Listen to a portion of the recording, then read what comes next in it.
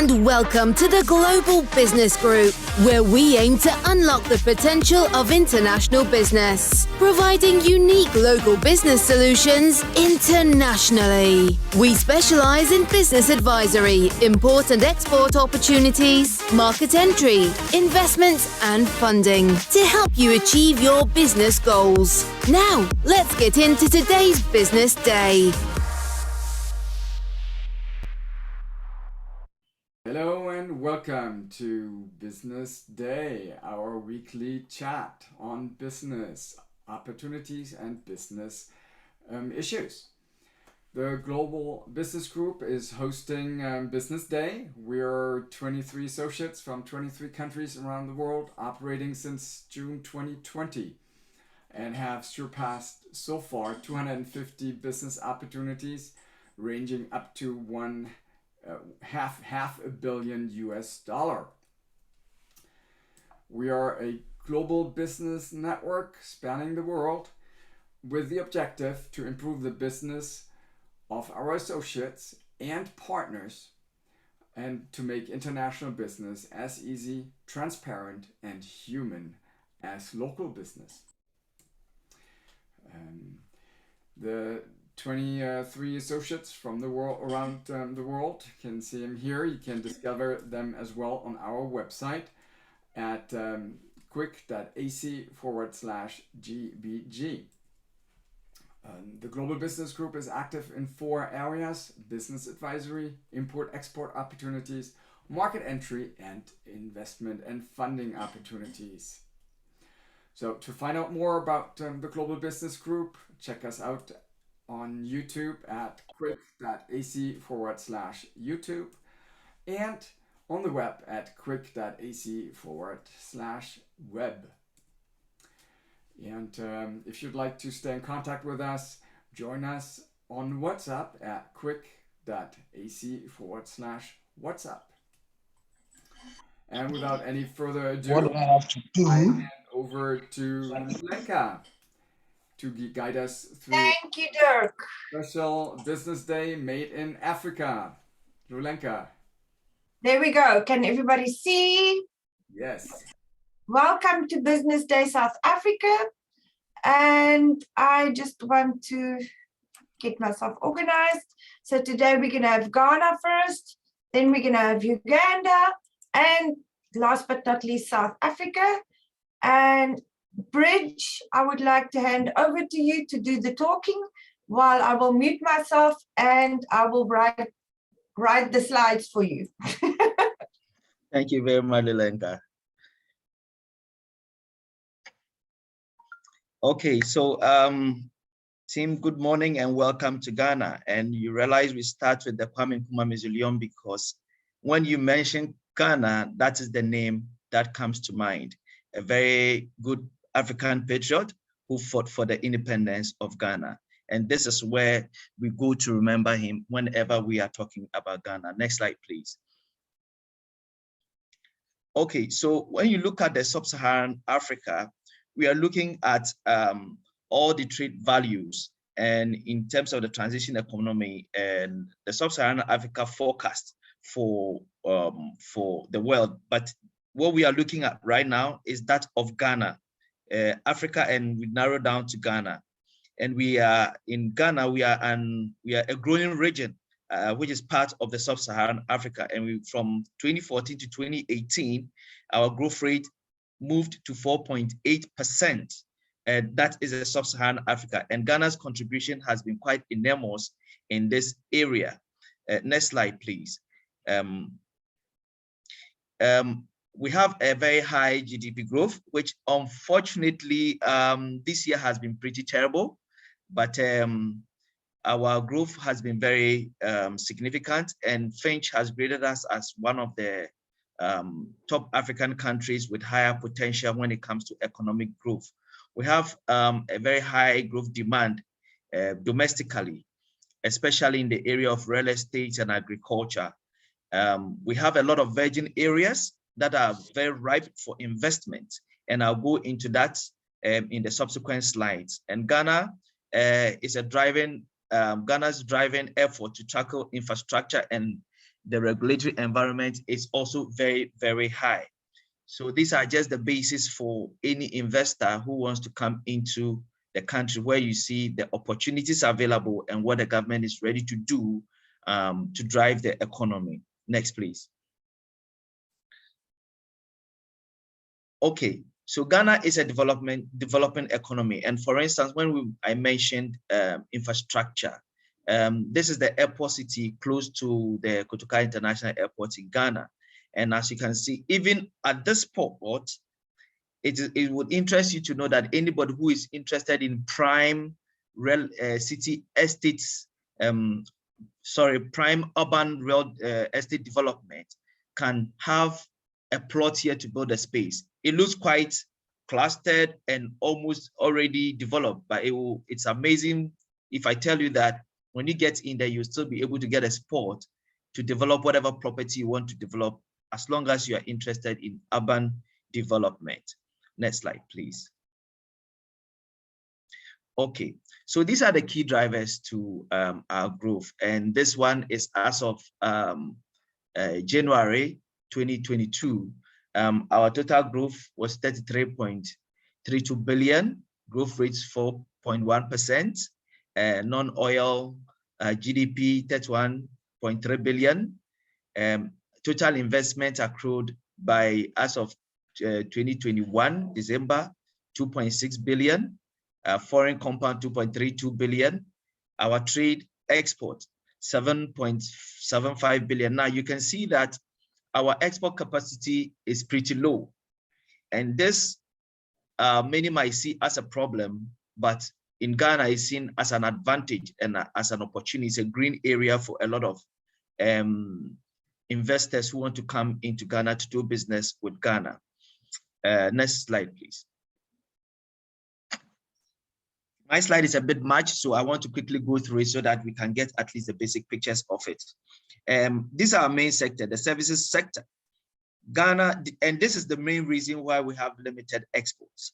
The services sector contributes to 4.7% growth of the economy, GDP 54.1, industry 9.1, agriculture 0.04.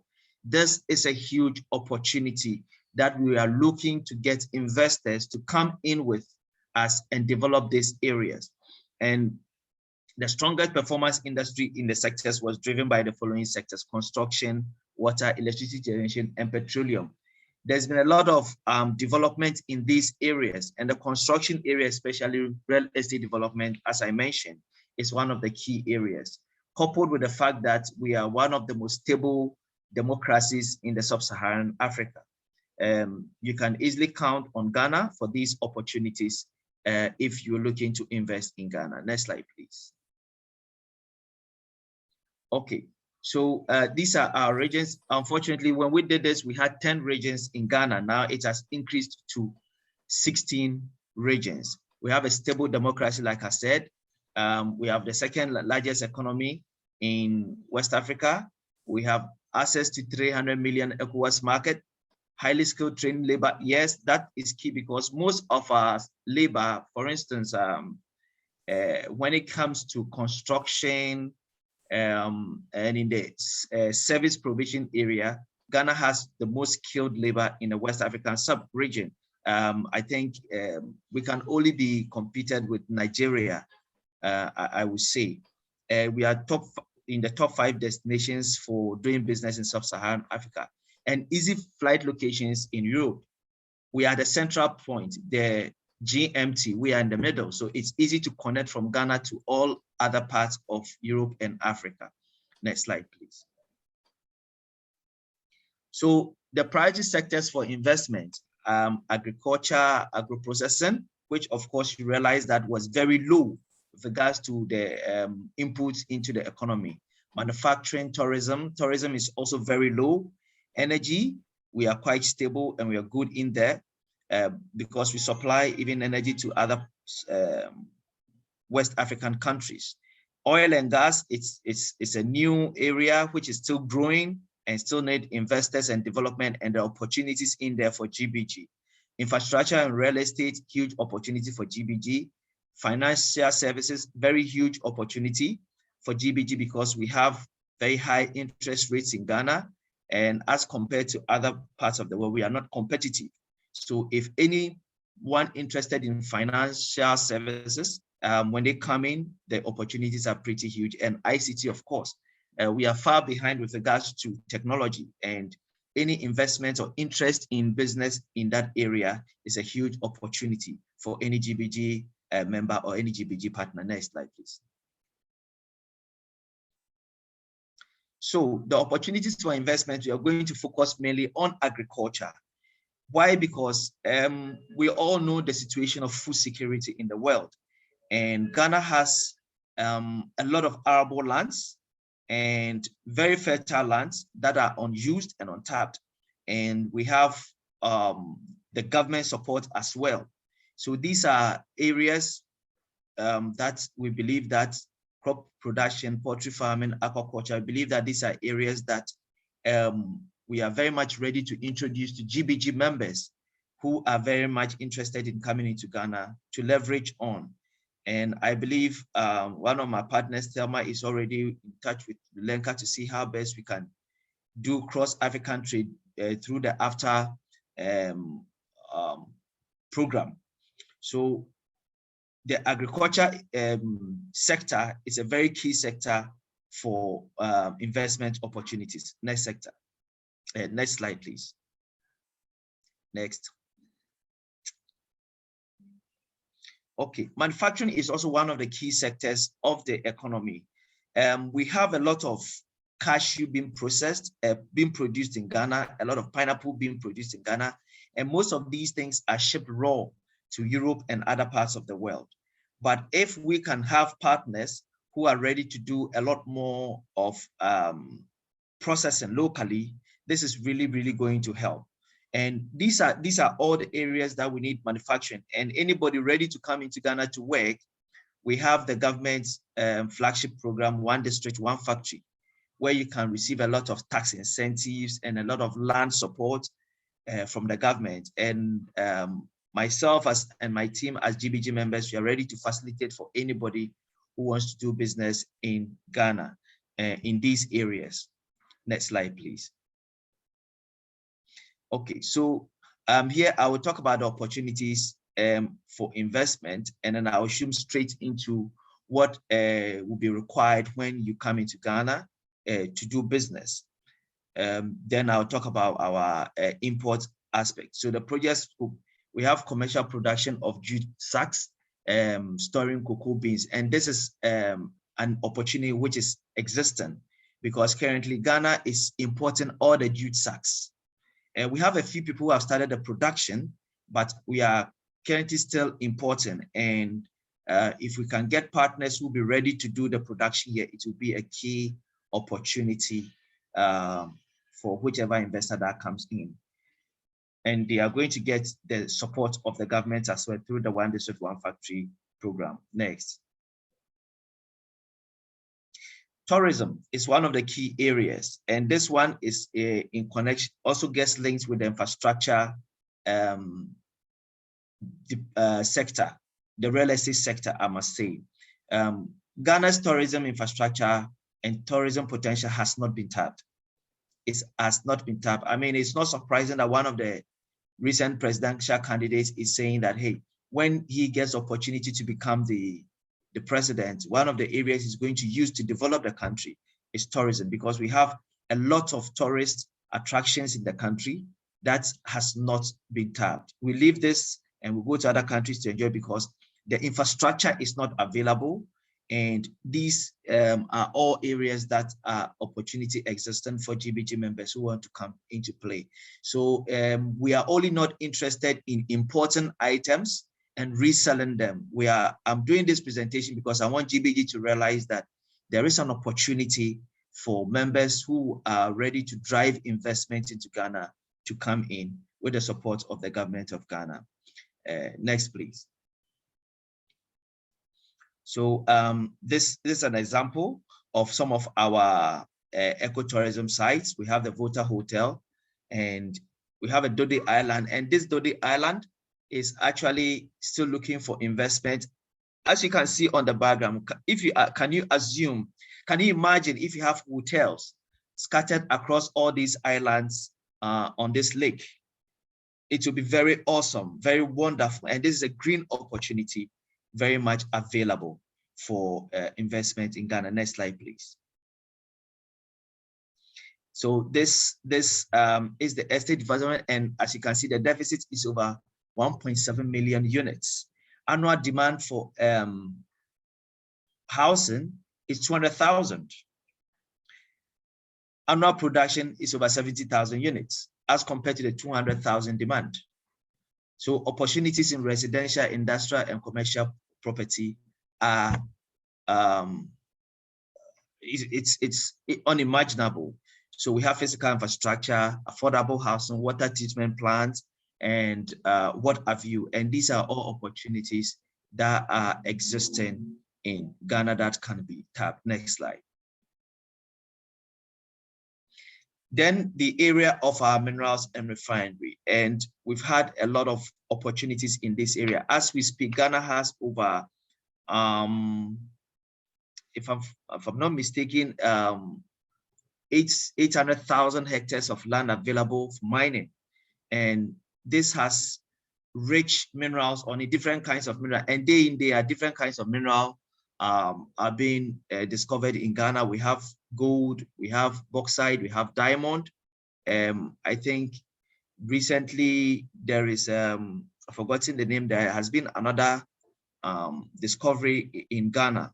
So for anybody interested in the mining sector, we have all these things available. It's just recently that the Ghana Minerals Commission has been able to set up a good refinery sector in Ghana. And even that, how much does it refine? 650 tons, 650 tons, which is quite low as compared to what is produced. Next slide, please.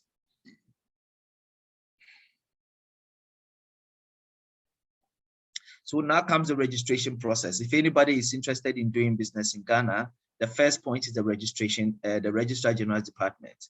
Next. Then there has to be a minimum equity contribution. The minimum equity contribution, depending on what you're coming to do, we have 50,000 USD, 100,000 USD, 200,000 USD. It can be in either cash or equity. And then you have to register with the Ghana Investment Promotion Council, which is the key department that controls all investments into Ghana. Oh, I nearly did my next here. Lulenka, next, please. So, like I said, it can either be in equity, automatic immigrant quotas, full protection dividends. These are all incentives that you get from if you register with the Ghana Investment Promotion Council. And I'm doing this presentation with the knowledge of the Ghana Investment Promotion Council because we are partnering them to promote both GBG and all other networks that we have in Ghana. And these are some of the incentives that you get if you come into Ghana to invest. Guarantee reasonable corporate taxes. In fact, recently, a lot of pro-government activists are fighting the government for such incentive that we are giving to investors who come into the country. But the truth is that we need these investors to come into the country. So certain incentives must be made available so that when they come in, they can be comfortable to invest and get to do business. Next, please. So with that, I would like to just state to GBG members that Ghana is open for business.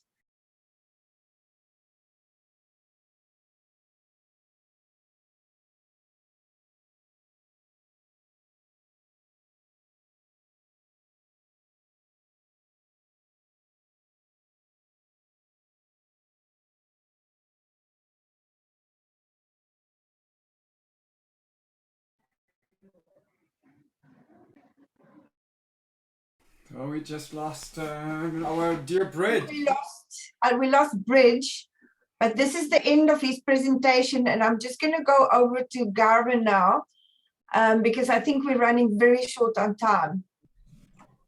There we go, and Garvin, it's all yours. Okay, thank you all very much.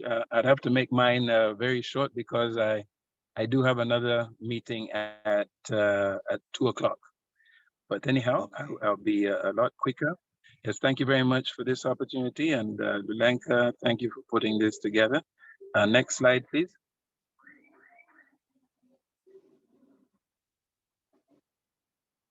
Yeah, so I'll briefly introduce Uganda and specifically get to, apologies for CBBC there, but specifically get to opportunities for where GBG partners can make a difference. Next slide, please.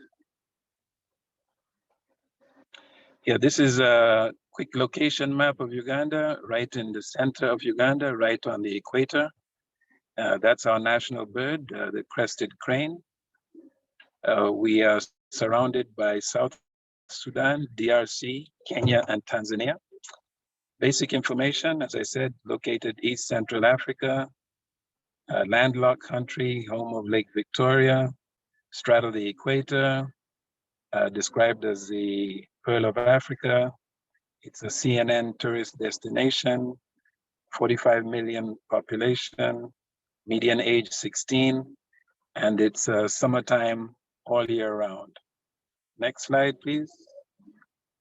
Continuing basic information, 71% of the country, of the land is agricultural, 34% of it arable. 78% of the population lives in the rural areas, out in the countryside where agriculture dominates. 2 seasons twice a year, wet and dry. We're currently going through a very dry season, a lot of dust. Oil was discovered in 2006, and so far production or extraction is set for 2025, but that keeps shifting, so we shall see. Uganda is the source of the Nile and flows through Sudan and Egypt and empties into the Mediterranean Sea. Next slide. Okay, now what I'd like to do is specifically go to opportunities for GBG partners. While there are opportunities in tourism and so forth, and mining, very similar to Ghana, I chose to pick on agriculture because this year, on this current budget, or this current budget and the focus of the National Development Plan is on agribusiness and agro-industrialization. So I think there are very many opportunities here, and some of the challenges, as you can see there, poor farming techniques, disease control, poor harvest, post-harvest handling and storage, opportunities for value addition that are not being exploited. Next slide, please.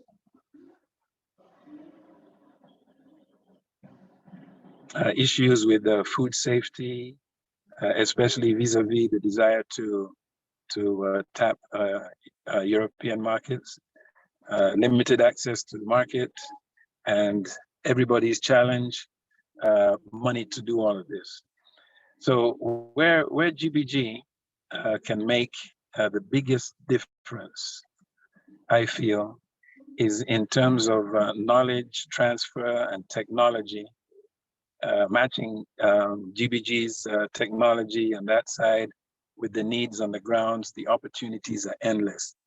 Now, the proposed or recommended approach is to find 2 or 3 projects and replicate those.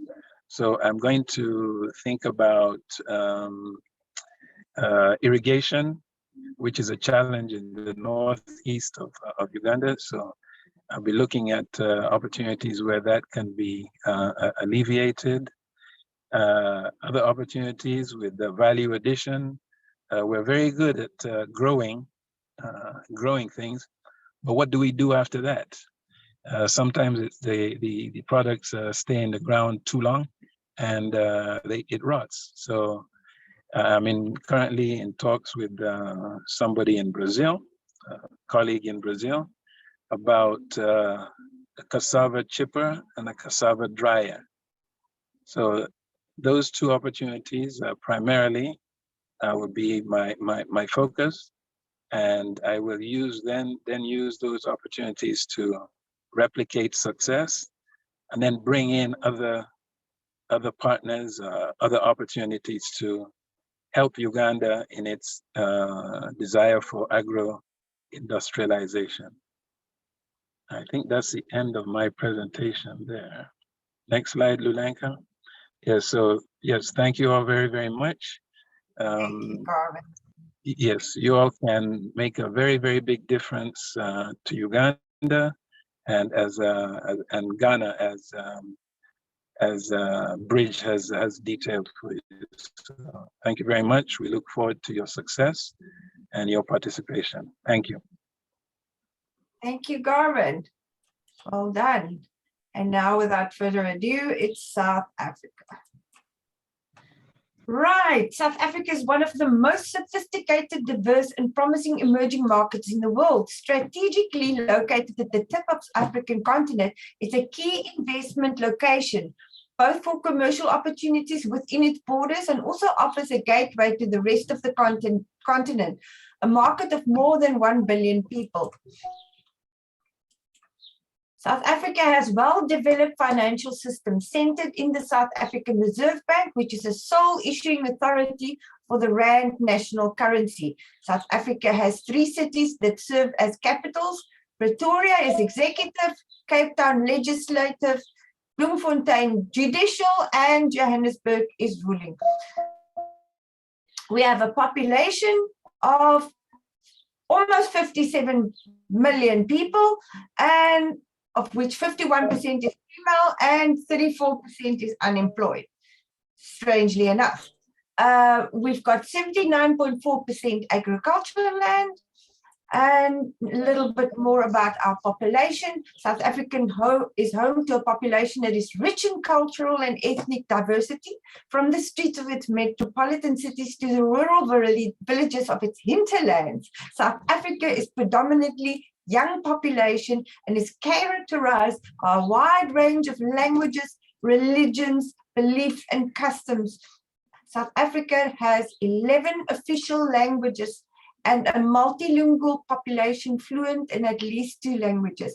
Zulu, Xhosa, and Afrikaans are the top 3 languages spoken by 53% of the population. All South African ports are owned and operated by the South African Ports Operation, National Ports Authority. It's a subsidiary of Transnet.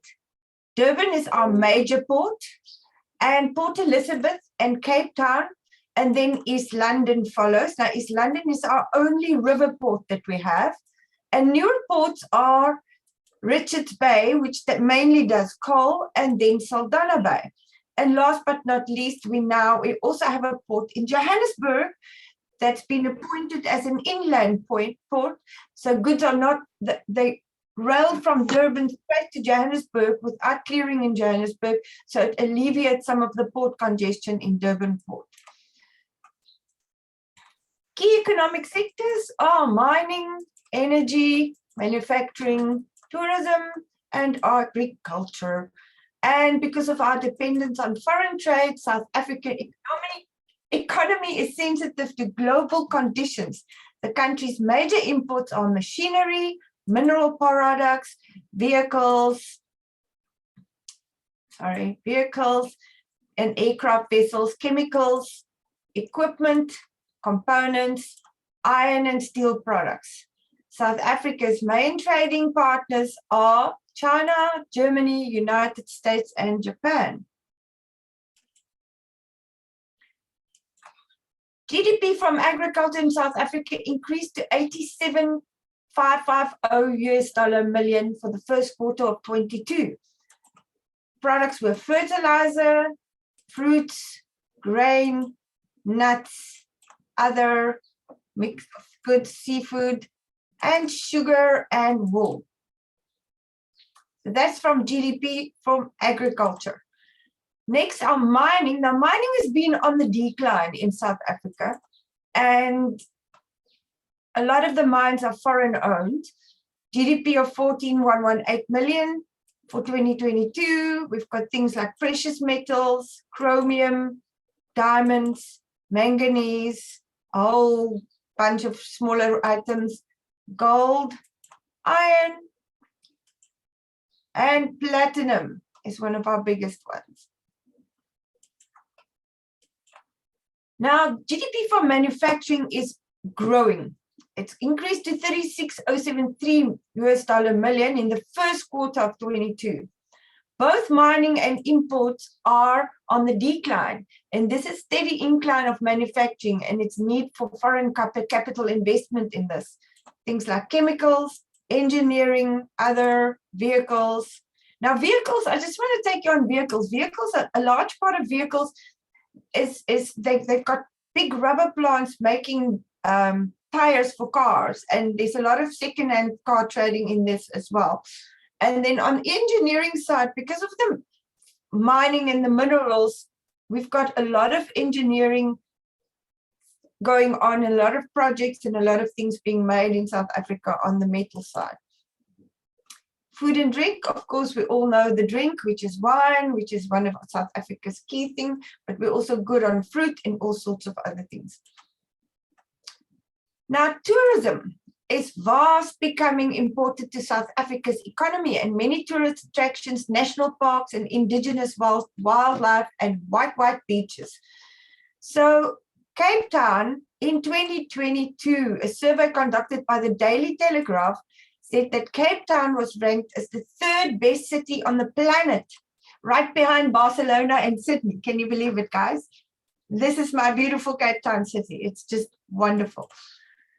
And just on some of the partners that I've brought in previously, to remind you of them, Orbit X Lights, they've got their own little microchip AC driver outlasting all of its competitors. Summit of Africa Honey, the opportunity to as well to not only buy honey, but also to invest. Honey is the best in the world, and it doesn't have to be irradiated because it's totally free of pesticides and contamination. And it's also empowering the local people of Tanzania through job creation. Our very own rooibos tea, indigenous to South Africa, 10 times higher in antioxidants than green tea, and safe for babies, for breastfeeding. South Africa has a host of great fruits such as apples, pears, lemons, grapefruits, oranges, avocados, grapes, and many, many more. Oops.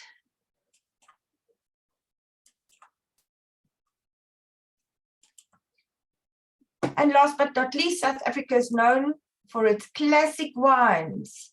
This is my valley. Interesting fact. Many of the wine farms are owned by foreigners, and there's also opportunity for property deals and investment. Thank you, Lulenka from South Africa, and that concludes our Africa presentation. Wow, that was amazing. Thank you so much to Bridge, Garvin, to Lulenka for this presentation. Despite the time, we're a little bit over. I propose that we have a quick question and answer to respond to any questions that might be there. If you don't want to pose them directly, you can also put them in the chat. But let's go with the first question. Who's first? I have a question to Bridge, if you please. Can you hear me? Yes, I can. Perfect. What is the relation and connection between your neighbors? I mean, Ivory Coast, Benin, maybe Sierra Leone, maybe Nigeria. If I will dedicate a distributor in Ghana, would they also cover the neighboring countries? What is the relation? Because you come from different cultures. One is French, one is British. Tell me. Well, the relationship is very good, and it is easy to connect to both countries by land or by air. In fact, I can literally move from my house and drive about an hour and a half and enter Togo. So it is that easy. I can drive about 5 hours and enter Cote d'Ivoire. And because of the African trade program that's currently ongoing, it has even made it easier, more easy to supply from one point in the sub-region to the other countries. So it is pretty easy, very much easy. How about tax, customs regulations? Okay, so two words. Okay, so every country has their tax regulations. But if you are distributing cross borders and you are a member of the African Trade Program, what happens is that you have certain incentives that are in place for you. So you have one common tax that you have to pay across the countries that you distribute to. So that is what makes it even more comfortable. You don't have to go to Togo and encounter different transaction taxes or regulations. As long as you are under the African Trade Program, you are covered under the umbrella. And this is not only to the West African sub-region, it goes all over Africa, covering South Africa, Central Africa, Eastern, and then Western Africa. Okay, thank you. All right. Yeah, so maybe I should just help Bridge here. So the ECOWAS, the treaty allows trade countries in West Africa to trade easily amongst themselves. So what has happened is between Ghana and Nigeria, there are 12 or 15 countries in ECOWAS, which is something similar to the EU. There's a proposal for single currency, and this does help. So the ECOWAS region has over almost 350 to 400 million population in it. So the strongest members of the ECOWAS are between Nigeria and Ghana, and there's a very good relationship concerning business between these ECOWAS countries. And like you said, there's Anglophone and there's Francophone, and this does not create any difference or dichotomy. The West African countries have always traded together, and it's been easy trade between themselves. Thank you, Bolaji. Awesome. Thank you for those comments. Also, Bolaji, for jumping in with additional information. Anyone else? Any questions?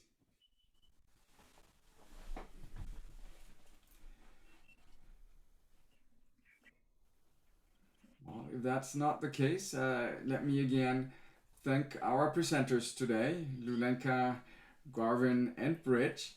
And with that, I wish you a great rest of the week and happy business. Thanks for joining in. We'll see you at the same time next week. In the meantime, be sure to check out our website, www.globalbusiness.group. The Global Business Group, making international business easy.